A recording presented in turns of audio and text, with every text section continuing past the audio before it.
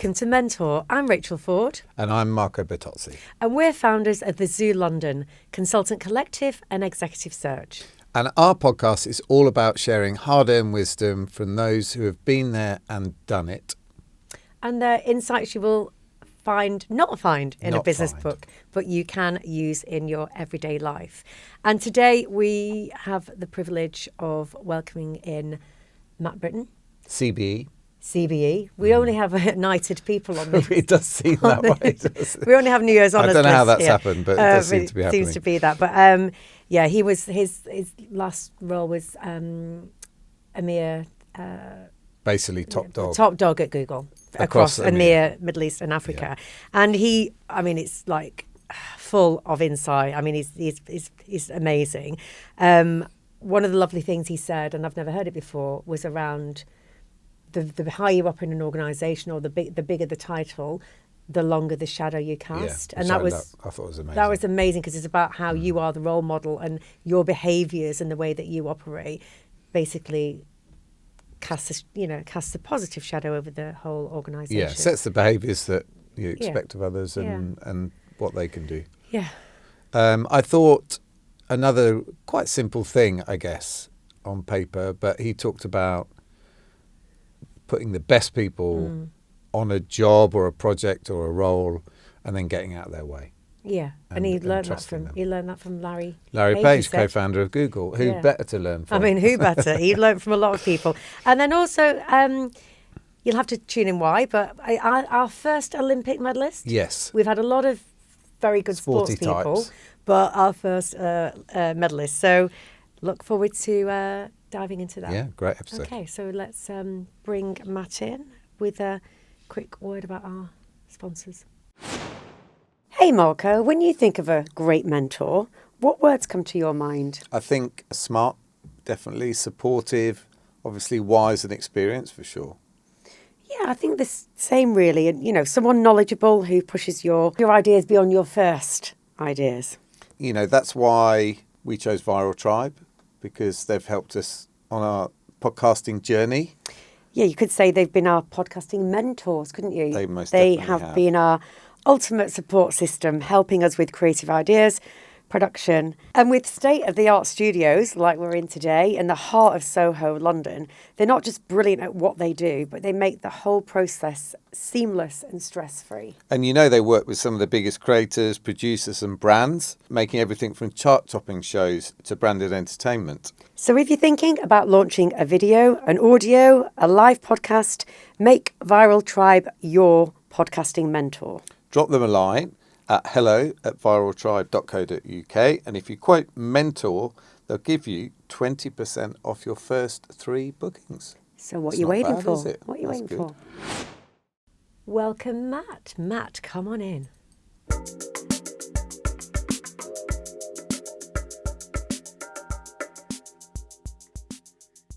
Well, today, welcome to Mentor. We have Matt Brittin. Welcome, Matt. We're going to read your introduction, so sit tight. And I'm holding my breath. Please fact check us on anything we get I hope you wrong. didn't get this off the internet. Well, a combination of things. So Matt Brittin, CBE, is a British business leader and digital transformation expert, best known for his long tenure as president of EMEA Business and Operations at Google, where he oversaw Google's commercial strategy, operations and stakeholder engagement across Europe, the Middle East and Africa.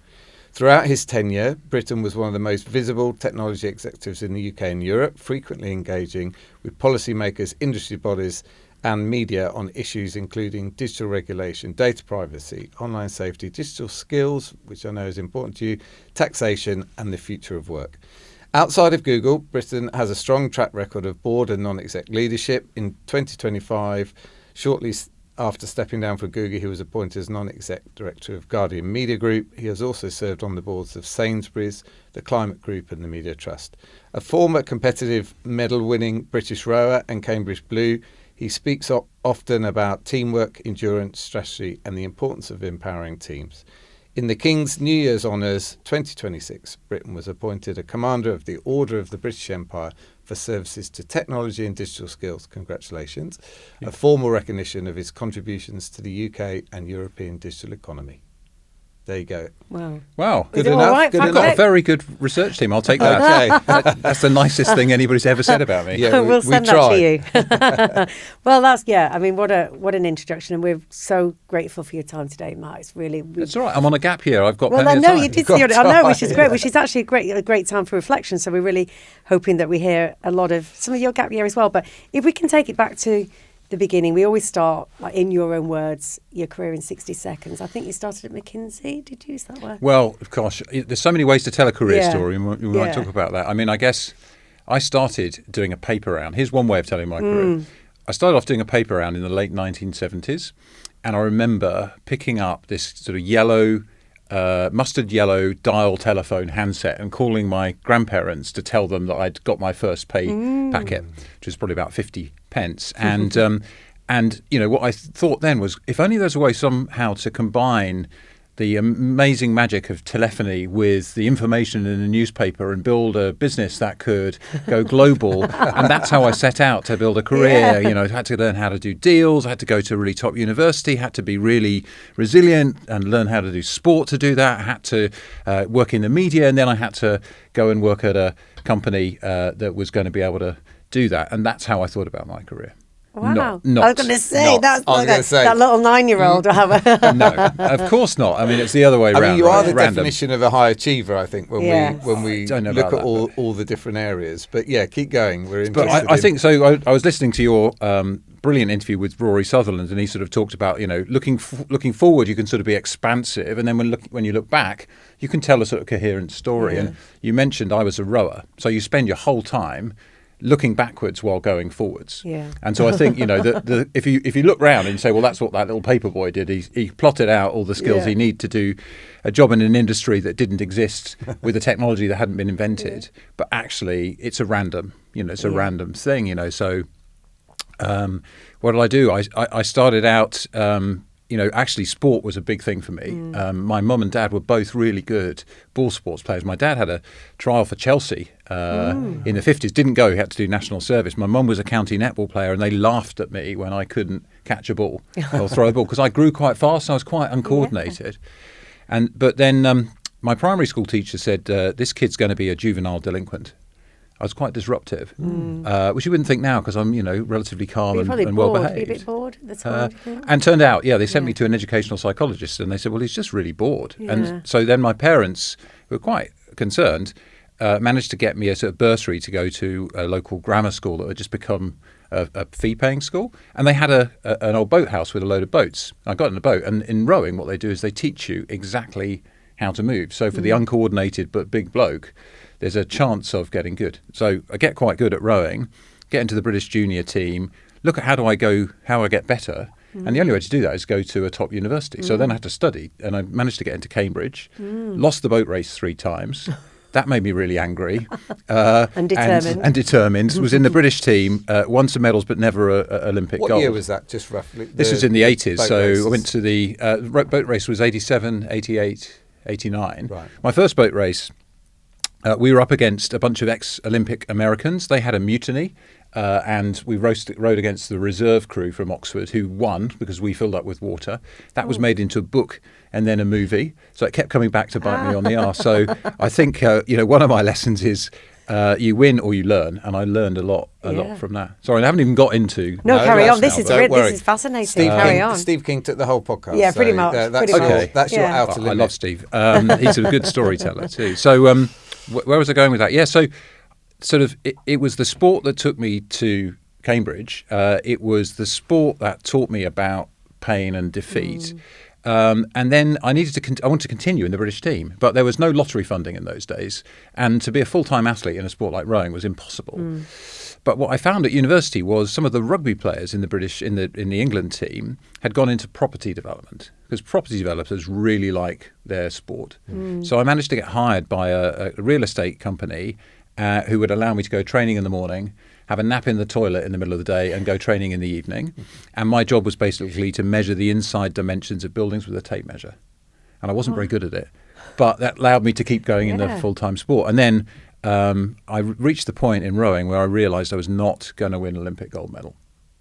I got a bronze and a silver here and there, but I was not at the very top level. And many of my friends actually have won one or more Olympic gold medals. And so I thought, okay, I'm going to have to contemplate life without rowing. And that's when I realised that I was not going to be a successful property developer. I just didn't enjoy it. I wasn't good at it. And I didn't want to be some of the people I'd met. And a chance encounter, actually, with another rower who'd just come from Harvard, where he'd done an MBA. And I was like, oh, that sounds interesting. So I did the test you do to see whether you can get in. Did quite well on this test. It's like a general knowledge kind of and reasoning test.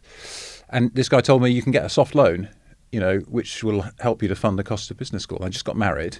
So I said to my wife, how about I'm this? going back to school. And she's like, okay, but there'll be payback later, Matt. And so then I went to London Business School. And from there I went to McKinsey, where I learned how to draw a lot of charts. And from there, I joined a client. So I did this strategy consulting job. And then I went into the most strategically challenged business, which was the newspaper industry and a number 2 player in public ownership, trying to fight with the Murdoch empire, very difficult.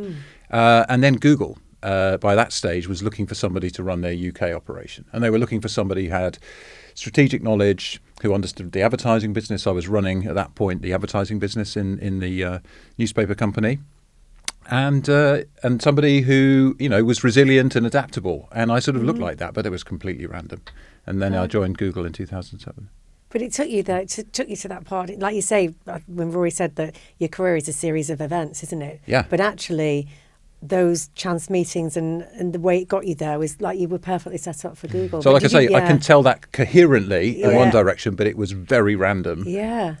As I lived it over time. Yeah. And obviously, then Google was the longest period of time that you'd spent. Yeah, so 18 years at Google. So it's a good stint, isn't it? Yeah, very good stint. Very good stint. But I mean, and incredible growth during that time. Well, I think the two are related, Marco, because the job I was doing was sort of changing almost quarter by quarter. Yeah. I came in to run the UK. At the time, Google was very much, people knew what it was. They loved the search engine. People didn't really understand it was a business as well. It was run by Larry and Sergey, the founders, who were lovely. But their kind of view was basically, we should build products that people just want to use because they're so good. And we shouldn't really need other people. And they'd started to realize you might need a sort of sales team and a legal team and government affairs and stuff. So my job was really to figure out what a country looked like for Google, because the UK was the biggest market outside the US at the time. So I joined Google with Mark Howe, a legend of the advertising industry, and I was sort of the strategy, the straight kind of McKinsey guy to his, somebody who really knew advertising and sales brilliantly. And we were like the pair tasked with figuring out how to build a business. Yeah. Well, we're definitely going to come back to Google. I just more on a sort of personal level, but going back to the rowing side of. It looks brutal from the outside what you have to put in to get to that level, regardless of whether you got a gold or not. I think silver and bronze is not bad. I'm going to say way more medals than me and Mark have got. But it just looks brutal. We've all followed the story of the British team and so on. Well, first of all, just tell us a bit about that. What went into it, and also how did that shape what work looked like, and did it have an impact on how you approach work? When I look back. It's what I learned from sport that I think allowed me to be successful as a leader, building teams and relationships in, ever more scale and complex times. And I suppose there's a few things. One is it's a team sport, and it's a team sport where it's no good having, a star player. You don't have Ronaldo and then the rest of the team just kind of plays around. I'm not that football's like that, but like in rowing, it's every person in the boat matters, and it's how you combine. And you compete like crazy with the other people who end up getting in the boat. And then at the minute you're in the boat together, you've won your seat, then you combine. And so that notion of being able to compete and combine, think about building a bridge between technology and the industry. You guys, built advertising. There was a lot of friction and a lot of how do we compete and how do we combine? So I think that's one part of it. Another thing I think is, in these sports, you say it's really, really tough physically. You go through highs and lows with your teammates. You forge incredibly strong emotional bonds and connections with people, but you also get to know who you are. So I learned a lesson early on. I had a coach at school. We ended up being really successful at school, and this guy went on to coach Olympic gold medalists. And we're rowing along one day, and rowing, you just repeat the same motion. Basically you're trying to perfect the motion. And he sort of said to me, he was in a motorboat following us with a megaphone. And he said, Matt, there's a piece of shit on the end of your oar. And I looked down at the end of the oar. I couldn't see anything. And I looked back at him with a sort of quizzical look on my face. He's like, no, the other end. And I looked and I realised he was having a go at me because he was frustrated. But actually, one of the things I learned from that is about taking personal responsibility. So like in an organisation, I often would tell this story to people. So anybody at Google will be fed up with the piece of shit story. But quite often you'll be like, well, I could do my job if only marketing would give me more leads, or, I could do this if only the policy on that wasn't right. Well, you know what? Firstly, look after yourself. Know you're not the piece of shit. Take responsibility for what you're doing. And the same applies in rowing. You might think somebody down the boat in front of you isn't doing things right, but you just make sure you're doing it right as well. So I think that was a powerful lesson. And then the other lesson, which I learned through losing 3 boat races, is how to deal with, my first race I mentioned was like really public disappointment. I'd won everything up to that point. We go to the race, you're sort of favourites, and then you lose to a bunch of people you really shouldn't have lost to. And how do you deal with that? And that took a while to deal with. Yeah, I think you are the first medal-winning Olympian we've had on the podcast. We have had a few, athleticism and sport has played a big part in quite a number of our guests. And I think there is so much learning, just that incremental gains, isn't it? Then just you've the determination, the stamina. And one of my questions was about what did you learn from sporting that you haven't learned in the working world, but you've explained that very well, because I think it's quite profound. But in terms of you learned from your coach, other people within the working environment that you've really learned from, and you've seen something that they've done, and we call it a magpie moment. You must have seen lots. I think Rory Sullivan said he's still in everything. But there's lots. Well, who else did you learn from outside of your sporting career? As you said, I had the chance to reflect quite a lot, because I sort of thought about stepping down after 10 years in this role, running Europe, the Middle East and Africa for Google. And I was lucky enough to be able to organise some thank yous and goodbyes. And I had one in London, which was probably the biggest, because although I was spending a lot of time internationally, probably many of the people I got close to over the years were there. And as I was preparing it, I was thinking what to say, because I want to say thank you to these people. And I realised that despite being somebody who doesn't feel like a networker, like I'm not like, you guys in your industry are fantastic at, we've all grown up together and so on. I always felt like a bit of an imposter in the media industry. I realised I'd built some really good friendships over the years. And I also realised that I'd learned from so many people, internally, externally, junior people, different industries. So I said to them, look, I've been doing a secret project for the last 18 years. I've been collecting all your data and turning it into a leadership learning model, an LLM.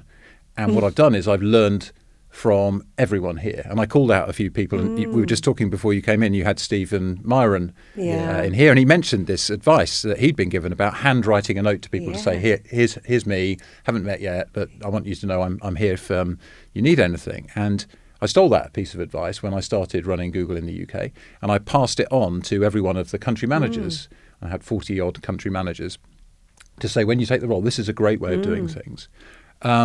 And I could see other people in the room, like Hayatun Sillam, Dr. Hayatun, who is just stepped down as the president of the Royal Academy of Engineering. She had taken me to one side about 10 years earlier and said, the Google search results for engineers in image search is lousy. Have a look at it. And it was all men in high-vis jackets. And it wasn't actually representative of engineers today, let alone what engineering should be. And so she'd sort of reminded me of the responsibility you have as a leader, sort of to be listening and learning. So I could look across the whole room and see people I'd learned from. So I don't think I've ever had like a mentor, but I learned so much from so many people, and not just the senior people like Mark Howe I mentioned, or bosses that I'd had. Susan Wojcicki, who ran YouTube, I learned tons from her. Carolyn McCall, I think her kind of consumer focus when she was running EasyJet. So people like that I learned from, but I also learned loads from junior colleagues about what they were doing or the questions that they asked. So I think I learned this sort of leadership learning model was my kind of I love that leadership learning model. You should, because we keep saying we should go back into the transcript from the Mentor podcast, because there is so many nuggets in there. We still might. If only there was some way to kind of collate all of that. I mean, somebody should just think of that. When we will. This is not our day job, so it's like we've got to. But I think there's a lot to be said, and I love when you said about younger generation as well, because I'm a massive believer in reverse mentoring. That you can in most mentor and mentee situations, you can both learn something from each other, can't you? And Larry and Sergey, when they started Google, they had this thing called TGIF. Thank Google it's Friday. Moved to a Thursday because it became global, but doesn't matter. But what they would do is they would talk a bit about the company. They would welcome all the people who joined since the last one of these meetings. It used to be weekly. And then they would sort of showcase some new product thing that was going on. And then we would take questions from anybody. And you could submit a question. It could be upvoted or downvoted by other people. People in the room could ask questions. And it was a great lesson because not only did you see how they dealt with the questions, and some of them were pretty tough, like software engineers can be quite unfiltered in particular, but it gave them a sense of what was on people's minds. And that sort of approach cascaded down to all of us. So I would stand up every Monday morning in front of my team when I was running the UK and sort of say, right, this is what's going on, showcase some things. People come up and tell stories. The people you select, by the way, for those things, send a signal about the kind of behaviours and the talent that you want, and then take questions. And so that's one of the things I really learned was, my number one rule of leadership is listening. Listening to customers, listening to frontline staff and learning from them. And quite often you learn things that aren't going right. If you can build an environment of trust so that junior colleagues feel that they can tell you actually what's happening, rather than just blow smoke. So I think that's about reducing the sort of power gradient, which we've talked about that before. It's not the easiest thing, though, is it? Because people are incredibly reticent to not blow smoke at your ass, or just not say anything. Silence is almost worse in some respects. Yeah, and when I stepped down, I got lots of very nice notes from people, and of course, people who you've pissed off don't bother to write you a note. But so it's self-filtering. But lots of the feedback I got was about the fact that I would go and sit. We were lucky at Google to have part of the culture was to have kind of cafes, which had benches in them. So you'd sort of be encouraging people to sit with anybody. And I would always go and sit with people and just say like, hey, how are you doing? How's your day going? What are you up to? What are you working on?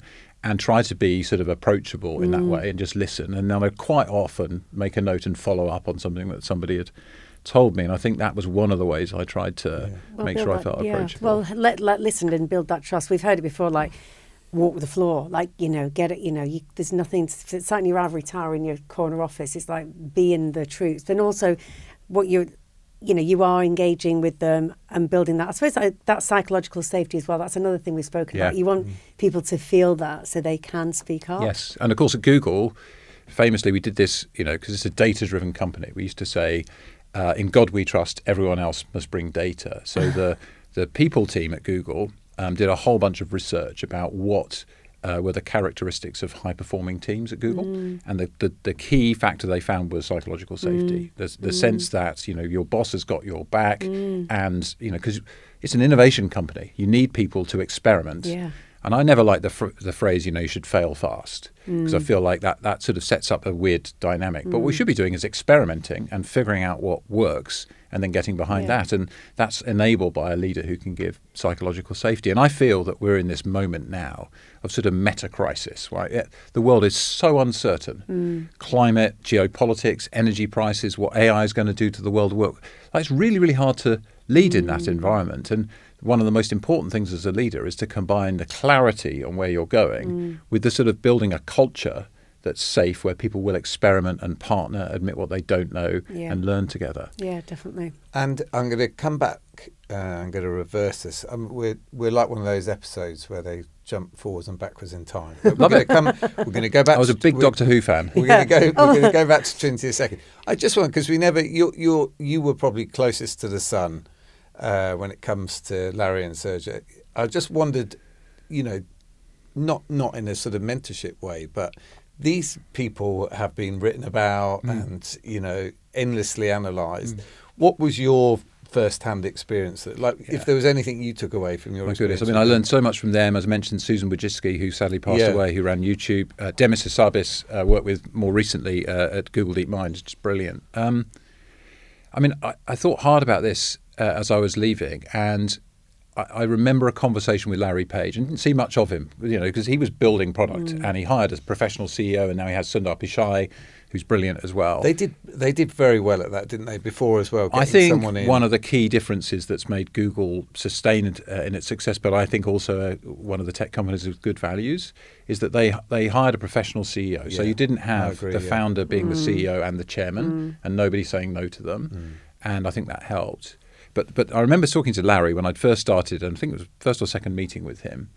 And I was sort of saying, look, I've been asked to run the UK, but I found like 39 different teams that don't report to me that I kind of rely on to do this stuff. Yeah.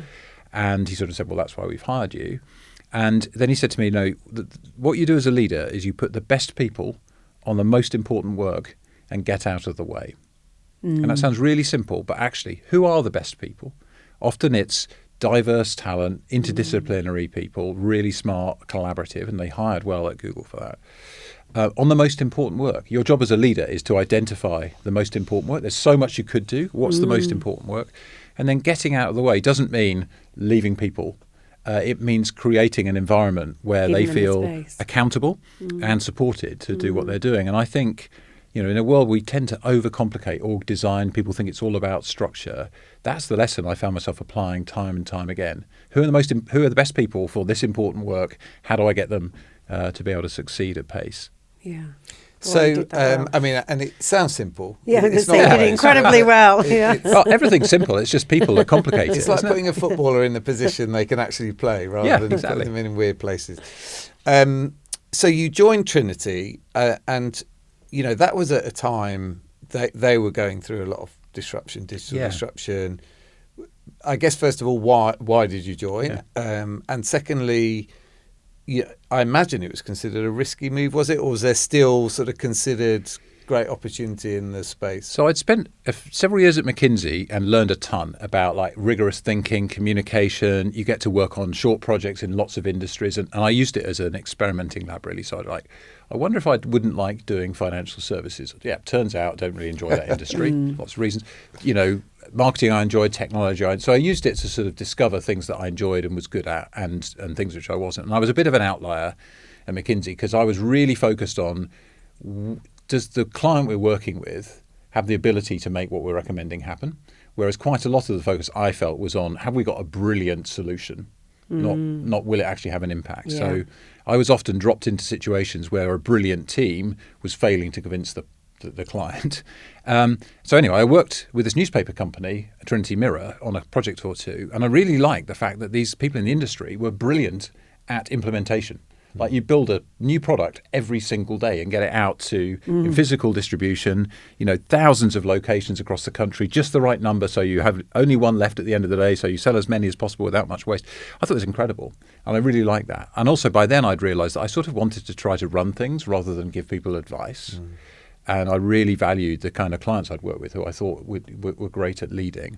And it was an opportunity to do that. So I went in and I did a sort of commercial and strategy role, but I ended up, as I say, running a bunch of the advertising business and buying and selling businesses. So I learned a ton from doing that. And actually then, I'm definitely now in the Doctor Who TARDIS. Now fast forward all the way to joining the Guardian as a non-exec. Does that feel a bit like you're glad to get back into publishers? So I really care about the media business, and I think Brittin has an incredible media business. It's sort of across, whether it's BBC and ITV or the press or gaming or publishing, we're a sort of creative powerhouse with huge global scale, and it's one of the few things we've got in today's kind of crazy world. So I care about that. And at Google, having worked in news publishing, I was the person who sort of led the building of bridges with the publishing industry. So if you go back a while, there was a period where we were yelling at each other. The angry old men who owned the publishing companies, you know who they are, felt that they were losing power, and they would say things like, these tech companies are stealing our content and stealing our advertisers. And we'd say, well, no, what's happening is people have got more choice on where they can spend their time, and they're finding other things they can spend their time on. And we've got an advertising business that is mainly powered by businesses who can't afford to advertise with you. So we're not, Anyway, so I tried to really build a bridge with the publishers and work with a small group of publishers on building products that could actually help them. So when mobile came along, we built accelerated mobile pages, which is a way of making your news offering download much faster on a mobile device so that you could focus on doing great journalism. So things like that. And I got to know a bunch of the editors and publishers of these newspapers and built some trust with them. And so I think The Guardian's one, which has global reach. It's got a unique ownership. It's owned by a trust that's there to ensure that its journalism can endure. And so that sort of free, global, independent journalism at this moment seems pretty important to me. So it's the one board role I took. My rule now is to try not to take on any work until I've done my gap year. Because you're going to be busier than ever. And are you enjoying it? I am. I mean, one of the reasons for the timing was my parents were 91 and 92. Wow. And They're my both father. alive. You're lucky to have both. Well, my dad passed away in October, but I could see that there was an opportunity to spend more time with them, but also to help them through sort of that difficult time. And I got to spend some really lovely quality time with them in ways, my sister was always the one who was rushing around. Could I be in Silicon Valley or San Francisco or South Africa? So that was a privilege, actually, to spend time with them. One of the things I did that I really loved was they had tons of photos. And we found all these photo albums from like the 1950s. And with AI, you could take a photo of the photo and say restore and colorize. And so I did this with Gemini. I'm sure it works on the other LLMs too. But that brought these photos to life. And so we then started unlocking all these stories that my parents both had. So that was just a wonderful period. Oh, I'm sorry to hear about your father. But what precious time. Amazing. And you can't put a price on that, can you? Yeah, and obviously, I feel I'd love to have done more of that. But you're always making choices and trade-offs in your career, and it's always difficult. But I was really lucky to have that time, and also to be around for my mother now. So that was part of it. And then I've also just been exploring topics that I'm interested in. So I'm doing some work on AI and education for the UN. It's a global education crisis. 250 million kids who should be in school who haven't got any access. In school, there are teacher shortages. So how can AI be not just part of the problem of disrupting the world, but actually part of the solution? Can you do personalized learning for somebody that knows that you're into football and you're a bit dyslexic, and these are the different levels you're at? Can you complement teaching with that kind of toolkit? I can see another honours list coming up. I mean, you're not going to be You're going to be. Oh, that was a lovely surprise, and actually that sort of recognition I never would have expected, but really meant a lot to my mum. And I think, it made me think also about the technology changes that we've seen through a 90-year-old life. From my dad was, he grew up in a place that didn't have central heating. It was condemned. He used to have to do his homework to gaslight. They had the wireless. He'd listened to the BBC as he was growing up. And, at the end of his life, we could colorize old photographs and find tennis matches that he remembered from the 50s and speak different languages. I mean, incredible. I know. 91 years, a lot has happened in that time, hasn't it? Wow. And it's a good transition to thinking about your Google career, in that I think that obviously that job's been defining for you. Did you realise it was going to come with so much scrutiny? Obviously, you've been in the eye of the storm, whether it's in front of Parliament or whatever, with all the different regulation and so on. First of all, did you think that's what you were getting into, or was it something that you probably surprised you? I imagine, but also, how did you cope with that? Because I think probably maybe short of a PLC CEO doesn't go through that level of scrutiny in public. So the answer is no. I had no idea where Google was going to go. As I say, when I joined it, it was by no means certain it would be as big and successful. I'm not saying that I played a pivotal role in it, but it was a company that people knew as a search engine. People didn't realize it had a business. We had to build a business. And mostly when I started, I'd do the handwritten note to people, and they'd take my call, or they'd take an invitation to meet, and you'd sort of explain to them, this is what we do and we can work with you. So for the first few years, it was very much about like building teams, building relationships with big companies and so on. There was a little bit of incoming, regulatory kind of issues. And I started to realize that we needed to, be known for our values. And I used to say to the team, we need to be careful here. We want to have earned the right to be in the room, not outside the room and on the menu. And I noticed that's a phrase that Mark Carney used recently. So things changed as technology became more prevalent. I started in 2007, and only 17% of people on the planet had access to the internet, and now it's over 70% of people globally. So as the importance of this technology changed, rightly so did regulatory scrutiny. So we had, over the years, all kinds of issues like, are you making a big enough contribution to the economy? Where are you paying your taxes? Copyright, we mentioned it with newspapers, but, are you stealing copyright? YouTube was basically 2 massive lawsuits when we first started with YouTube in 2006. We built an amazing copyright system on YouTube, by the way, that pays out, billions to creators now.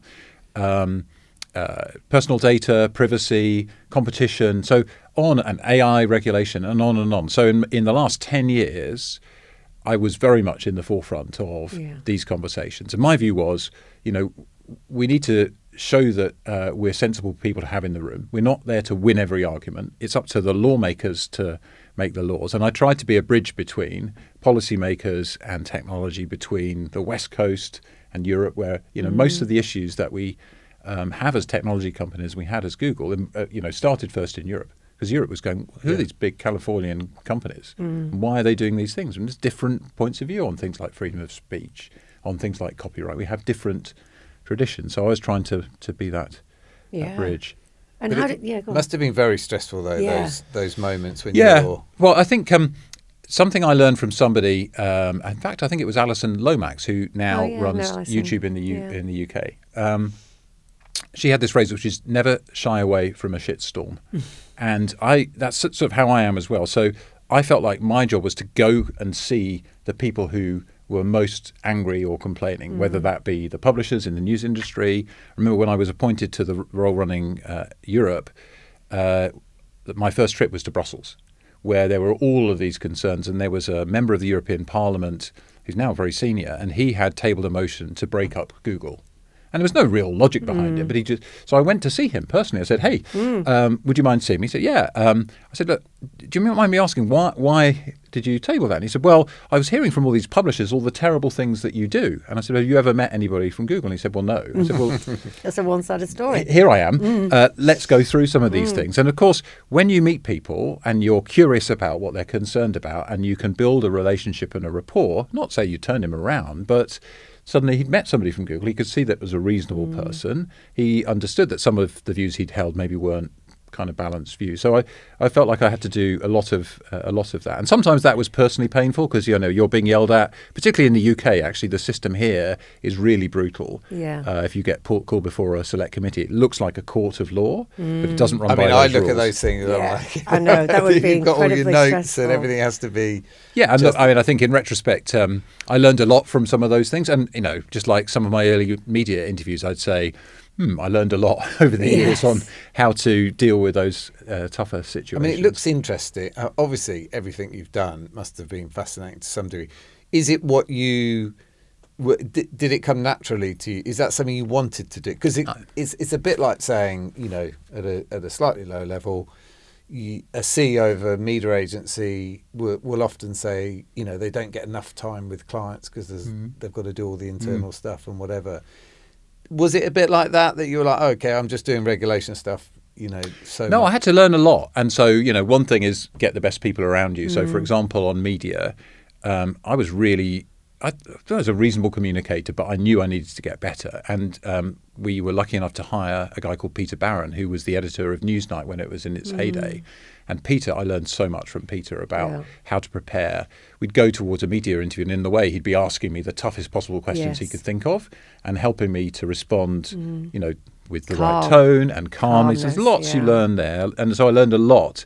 But also I learned a lot by forcing myself to do these things. So I think, I felt like an imposter, as I said, in the media industry, actually in the tech industry because I wasn't an engineer, in the policy arena because I wasn't, so all of these things I had to learn. And I suppose, I feel like what I am, if anything, is I'm a sort of general manager, which sounds like a terrible thing. And most specialists be like, oh my God, do we need people like this? But actually, my job was to be able to speak in pure human, like not in engineering jargon, not in legal jargon. I would really try to do those things. I felt like that. I learned a lot by having great people, but also by just getting out there and and just like rowing, practice and learn and get feedback immediately and do better next time. I was going to say, actually, like when you said, like, never shy away from a shitstorm was it? But it's that human. You brought the human side to Google because Google could be very much put in a tech box. They talk about going to California and getting the chip. You could really put that. Whereas you obviously brought the human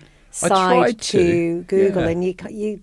I try to encourage lots of other people people gravitate to do that. Towards that, I think. Yeah, and I think when you step down, you reflect. One of the things I'm proudest of is the kind of teams and culture that I was able to play a role in building. I wanted to make sure you were seen as being collaborative, asking questions, better at listening than talking. There's a temptation to come in and tell you why our products are so brilliant and here are all the things the engineers want me to say.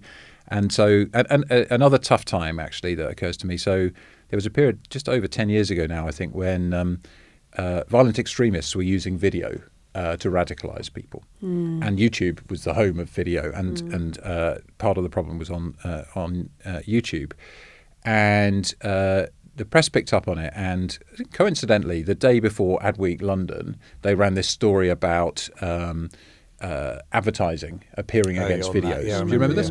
Yeah. And I happened to be on stage at Adweek London with Keith Weed, the then CMO of Unilever, talking to me about marketing technology. And so I was going to be the first person out to respond to this. And I remember I was on Sunday, getting a brief from the team in California saying, okay, this is what you should say about this problem. And it was like, at YouTube, we believe in freedom of speech. And I was like, guys, I'm not saying that. So I ended up having a call with Susan Wojcicki, who was running YouTube. As I said, she's one of the people I learned a lot from. She was so calm and human as a leader of something incredibly complicated and difficult. Yeah. And I said to her, look, I'd like to say, we're sorry. Yeah. We've messed up. It's important that we fix it, and we can only do that with your help. Yeah. And she was like, of course, let's just say that. And so I went out the next day, and it was tough, right? Because we'd made a mistake, and we had to go in, and our teams had to go in and see all these customers whose advertising had appeared in the wrong place. We also had to go and figure out what is a policy that can stop this happening. I'm really proud of what we did in response, but made everybody have to face into those tough times and own it. But I think what I learned and we learned is when you own your mistakes, people don't expect you to be perfect. You're human. Right, but they expect you to kind of apologize and do something about it. So that was one of my lessons. And I think in a world of accelerating technology and craziness, nobody expects perfection. But what they expect you to be is human. And authentic, because I think, if you'd have gone out with a load of corporate speak, you would have looked inauthentic. Do you really give, because obviously personally you must have been incredibly, it just gives you that stomach feeling, doesn't it? But but you're running a business. You've got to balance the two. Yes, and in my leaving event I mentioned earlier, I looked around the room. Some of the journalists I'd got to know too, who asked me really tough questions. And rightly, that's their job. And I felt like part of my job was to go out and take the tough questions. Yeah. And when we didn't have a good enough answer, to go back and say, I'm not happy with this answer, and to be public about that, because you're iterating all the time. So we were not chatting to say with Piers at the CEO of Reach, and he was saying, we were discussing this idea of the apology being something that has sort of evaporated from, corporate life to some extent, but definitely politics, where no one wants to apologise for anything anymore. We're just sort of reflecting. It's a strange thing because I think the general public appreciate when someone apologises and says, we didn't get that right. Yeah, look, I've got a view which is, people are generally smart and want people to do well. I find sometimes the environment, for example, businesses are all out to rip people off and so on. Almost all the business leaders I've met, whether it's for tiny startups or small businesses or the world's biggest businesses, they're generally trying to do a good job, to be good actors, to create an environment where customers are delighted and staff progress well. So I feel that sort of cynicism doesn't help. And I think particularly in a crazy world, we need optimism and we need humanity. And as technology takes off, and I'm looking at my kids' generation, they're just getting started in the world of work. Our human skills are going to be more important than ever, because technology, if it's applied well, can lift everyone. Somebody who can't speak multiple languages can understand them. If you haven't had formal education, you can write really well. If you're not educated to a high level, you can get summaries of complicated documents, in audio form in a way you can understand them. So I think there's a tremendous opportunity there. And what we need to do as humans is do the stuff that only humans can do: interact with each other, figure out what the questions are to ask, and be good at learning and complementing those skills. So I think we have to approach it with optimism, not fear, but with determination to shape this stuff in the way that we want it to work. Yeah. No, I agree. I just want to. I'm just looking. I'm looking at your ring. Is it the? Omni? What they call That's those? my wedding ring, and that is an Aura ring that measures Aura. my sleep and I was stuff. going to say, did you have that when you were at Google? Some of the time, it was only invented a few years back. But as an athlete, I wear a. Because I was going to say, because I was thinking in your gap year, have you managed to do more sport? I was going to say, do you feel you're healthier now in your gap year than you were at Google? And I would have thought your ring could tell you that. No, I'm not. But I tell you what, we all have to have like coping strategies for big stressful jobs. I was doing a lot of travel. I know, Mark, particularly you've experienced that. And I realised that sleep and exercise were critical to me. So I joined a group of rowers who were all sort of ex-internationals, but in their kind of 30s, 40s, 50s, 60s, about 10 years ago. And I trained hard to be able to row with them. So I would put in my diary a block of time, which was for exercise. And it would quite often be in the middle of the afternoon, because I'd quite often be on a call at midnight with California. Yeah. And so I treated that sort of generally 4 out of 5 days of the working week, I'd put in time to exercise. And I treated that as important as a big external meeting. Yeah. It could move, but it had to occur through the week. And that was one of the ways, exercise and sleep were the ways I tried to stay centered. That's another, we've heard that quite a lot, because it's not a luxury, it's a necessity. In order to perform, you need to have that space. I read, you see all these things on whatever, TikTok or Instagram. The most top CEOs in the world, I think it's by Forbes, have 20% of their time blocked out in their diary. As you say, it could move, and that is purely to have that downtime or that other than work, because actually that helps them be at their top performance when they are in work. Yeah. So it's a discipline, but I think you're disciplined from like your rowing days, but you have to block that time, don't you? Yeah, and I think it's very easy to be a victim of all of the incoming when you're in a leadership role, whether it's quite a small one and you've got all the different people on the teams who want more time, or a bigger one across lots of countries and so on. You can easily work every hour that God sends and more. Because there's not enough time. There's not enough hours in the day. So what's the job of a leader? It's to be really clear on priorities. And I think that's one of the things I had to learn the most. It's interesting. I think when you're, maybe not junior, but coming up, sort of middle management or whatever you want to describe that, I think there's a sort of paranoia that if you popped off to the gym at 3 o'clock in the afternoon, it would be seen as like, what the fuck's going on? Why are you going to the gym? Whereas I've seen, and sorry, he's come up a lot. Well done, Steve. But I always remember the story of Steve when we were at CES. And it was like, I don't know. Steve King. Steve King. It was like 4 in the afternoon at CES, and he's in his gym gear going off to the gym, or he would take his golf bags everywhere and play golf. And I always used to think that must be a very sensible thing to do in your job. But I think for people maybe lower down the ranks, it can feel a bit like, I'm slinking off. It depends what the people at the top signal. And so I think the key thing is the bigger the leadership role, the longer the shadow you cast across the organisation. So the signals you send set the tone for everything. And, I learned this from a leader who I didn't think was great, actually. But one thing this person did was really prepare so that when they showed up, you got a really good sort of performance from them. And I used to think about this a lot. Like when I was traveling, I'd often be 3 out of 4 weeks traveling somewhere in Europe or Middle East or Africa. That team might see me once a year. And if I was grumpy and distracted and, hadn't exercised and hadn't slept well, that would be the tone I'd set for them. And I wanted them to feel like I was optimistic and energized. I wanted to connect with them, see their customers and stuff. So I really kind of learned that lesson about the tone you set. And quite often, by the way, it's not the big things, it's the little things. So sitting with people in the cafe. One of the things I'm really proud of at Google is increasing representation. So right now it's very unfashionable to talk about sort of DEI, but I think that's bullshit. And I actually think that we know from data that the more diverse teams are, the better they perform. It's just good business. So forget that. And also I was trying to build our business. We have people on the ground in 40 countries. And I wanted those teams to reflect those countries. I used to say to our product leadership. If we want our products to work for everyone, that was the mission statement, they have to be built by everyone. So them being built largely by men in California, not a good answer. And so I was really proud of the fact that we were able to hire tens of thousands of engineers. Our teams in countries were often the nationals from those countries. And then the country managers, the people who led the countries and brought together all the different bits of the company, when I started, were almost all men. And when I finished, 50-50 male-female. Yeah. And great results. And better results, I think, as a result of that, because there were just a broader array of styles and backgrounds and cultures to learn from. And when I got low at Google, I would go to Dublin. We had our headquarters with 8,000 people speaking 70-plus languages from multiple different countries. And they were all younger and rising through their careers. They were remotely supporting all these countries.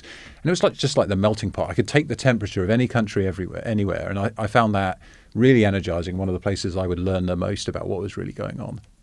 God, I know. And who doesn't love a trip to Dublin? I mean, it's an infectious culture there, isn't it? Like I don't know, I just feel everybody's happy in Dublin. Well, I hope so. Well, there's a lot of Guinness, isn't there? There's a lot of Guinness in Dublin. Lots to be happy about, there is. I was thinking about, it's hard, I know it's going to be hard to encapsulate, but for people who are out there in senior leadership roles today, they might be interested in how did you get your head around creating strategies and plans for a business the size of Google? Like, how did you break that down into you were talking, I think, earlier about, setting direction and that kind of stuff. How did you go about that? And what advice would you give to a leader who's sort of starting a year, for the sake of argument, thinking about how they're going to... Yeah. It's really hard to condense all the stuff you need to do into a short answer. One of the most powerful things I sort of kind of learned a bit from the consulting days, but of course the consultants really overcomplicated everything. But one of the things I learned was to try to be clear about the 3 to 5 key themes that you were trying to achieve. So at Google it would be, we want to earn the trust and love of our users, we want to help our customers grow, we want to build our reputation and relationships, and we want to have a great team and culture. Those were my headings. And I would set those out, and year in, year out, they didn't change. What I'd then do is go, against each of these, where do I want to be in 12 months' time? What are the outcomes I want to be able to say against those things? And if those are the outcomes in 12 months' time, what does that mean we need to do in the next 3 months? So Google worked on OKRs, objectives and key results, which is that framework. There's some great books. It's a great OKRs. It's so simple. But we'd then cascade that through the company. It was a kind of combination of top-down direction setting. This is broadly where we want to be. And then teams would have to pick that up and go, well, if I'm in this team, what does that mean I need to do? And try to set it to be stretchy. So like we didn't want people to kind of make 100%, stretch it so that, if you're making about 70% of your targets, that's actually good. Otherwise, you're not ambitious enough. So I found that clarity really important. And then as a leader, my job was to talk about those things all the time. So when I would stand up and do a town hall, I would sort of say, here's a great story about what we've done to earn user trust, or here's a great story about how we helped this customer with big problems to turn this thing around, or whatever. So constantly linking things back. And I think, we know in organizations that people want to feel they're doing meaningful work that matters. I heard you had Bruce Daisley on, who I had the privilege of working with previously. And, that sense of having a friend at work and doing stuff that matters and being given the autonomy to do it, really, I think, super important. Yeah. He's great, Bruce. He brought a lot of insight to his podcast when we did that. Just while you say that, I interviewed Bruce for a job, and I can still remember one of his answers. And I think he talked to you about like how he pitched for jobs and so on. But I would ask people to tell me something they were proud of, just to get a sense of like what made them tick. And Bruce's answer was I actually built my own decking. And I was like, what a great answer. And I can still remember to this day. So he's brilliant at standing out. I'd say the same if I... you do a lot of DIY. I still haven't done that. It's a stretch target. Yeah, that is a stretch. But actually, I was going to say when you were talking about being asked difficult questions by journalists, another thing that Bruce would do is he would, I think it was when he was at EMAP, the CEO would stand up and he'd ask the really difficult questions. And actually, rather than being a pain in the arse, actually when he was leaving, he's quite a low position at the time.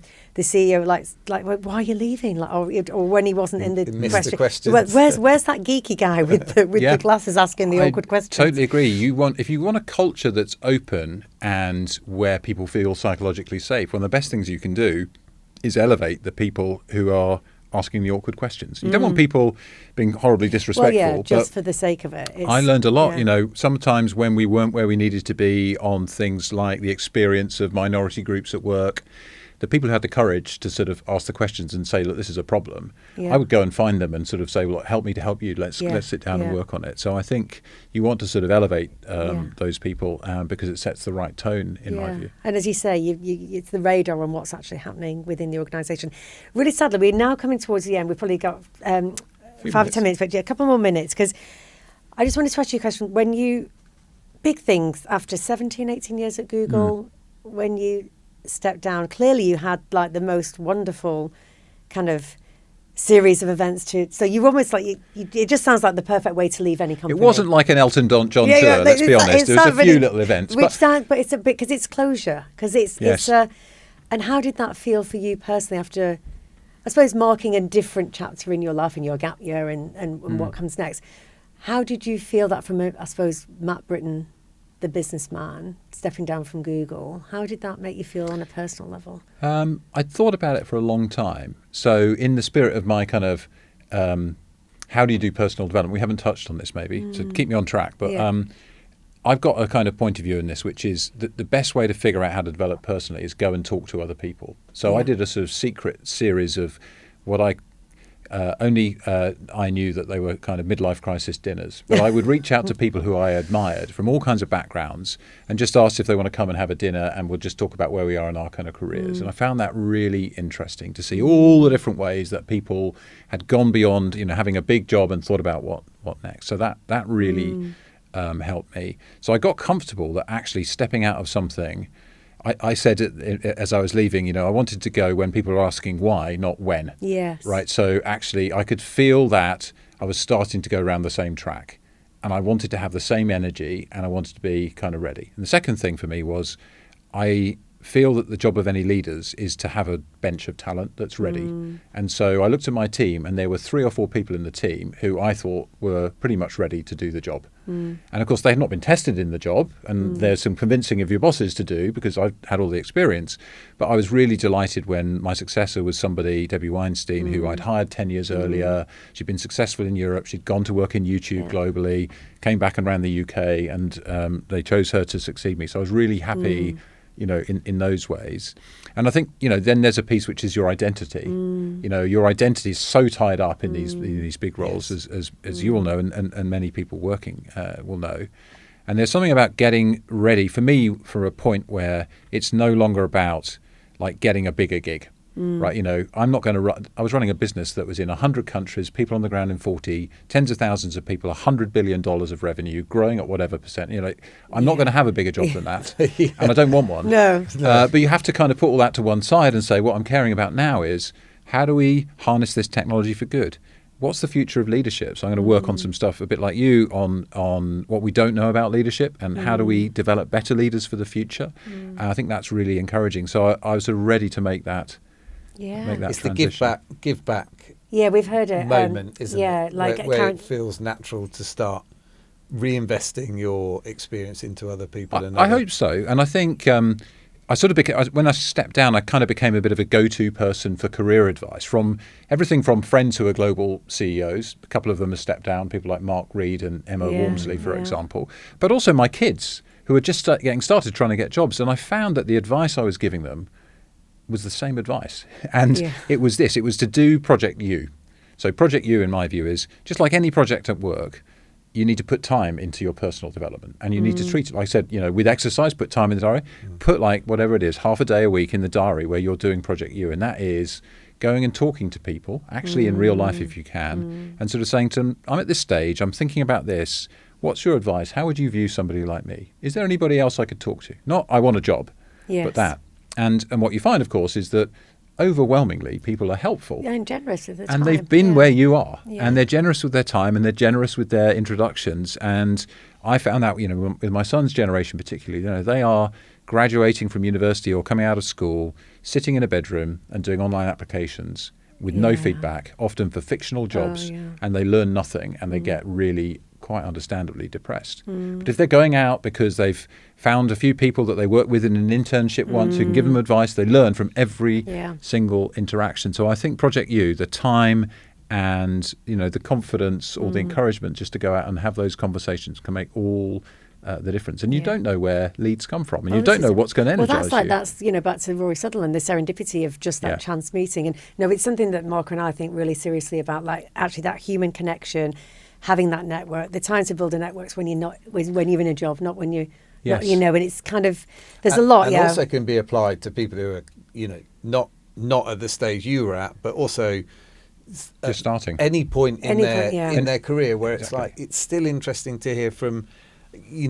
People don't talk enough about where they're at and sometimes it is interesting just to talk to another person in a different company, similar, and just understand what they're going through and so on. I think there's a lot of value in that. There's a thread through what we talked about really, which is sort of being more human in this confusing age of technology and disruption.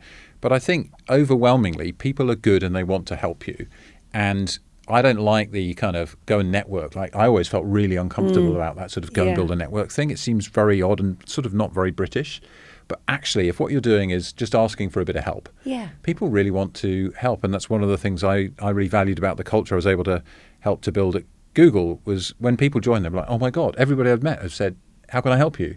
Yeah. And that culture is the culture you want to work in because you're not afraid to ask for help on something you don't know. Yeah, as you say, incredibly human. I think we could be drawing to the end. You've got one final question, Let's Marco? just end with and very difficult, but for someone starting, I'm going to go with a younger generation, someone starting out now, especially taking into account all of the things you've talked about with AI and so on, what would be your number one piece of advice or a couple of pieces of advice for someone who, outside of talking to people? Yes, absolutely. The in real life stuff is really good. I guess it took me a long while to work this out, even having done strategy. Like working in something that's growing is generally going to give you more options than working in something that's not growing. So like you could be the world champion of cost cutting, or you could go and launch new brands and products and services and so on. So something that's growing, something that's higher rather than lower margin is likely just to give you more sort of options. But I do think, life is about figuring out the combination of stuff you're good at that the world wants that's going to give you enough combination of kind of pay and satisfaction and growth to do what you enjoy. And it's going to feel, I think, quite challenging over the next few years, the world of work, much more uncertain. So the human elements of what you bring, but also the connections that you can make with people and the support that we can offer to each other, I think is going to be more important than ever. So that's what I'd say is look for growing things, figure out who you are, do a lot of that by talking to other people and getting good at asking those questions. Yeah. Wow. Perfect. Well, I've got to say, Matt, thank goodness you're on your gap year because we are so privileged that you took some time out with us today. You're very kind. That is golden. Honestly, there's so many nuggets in there we can't say thank you enough. So thank you very much. That's a pleasure. Thank you. Great to see you doing what you're doing as well. Thank you. Thanks.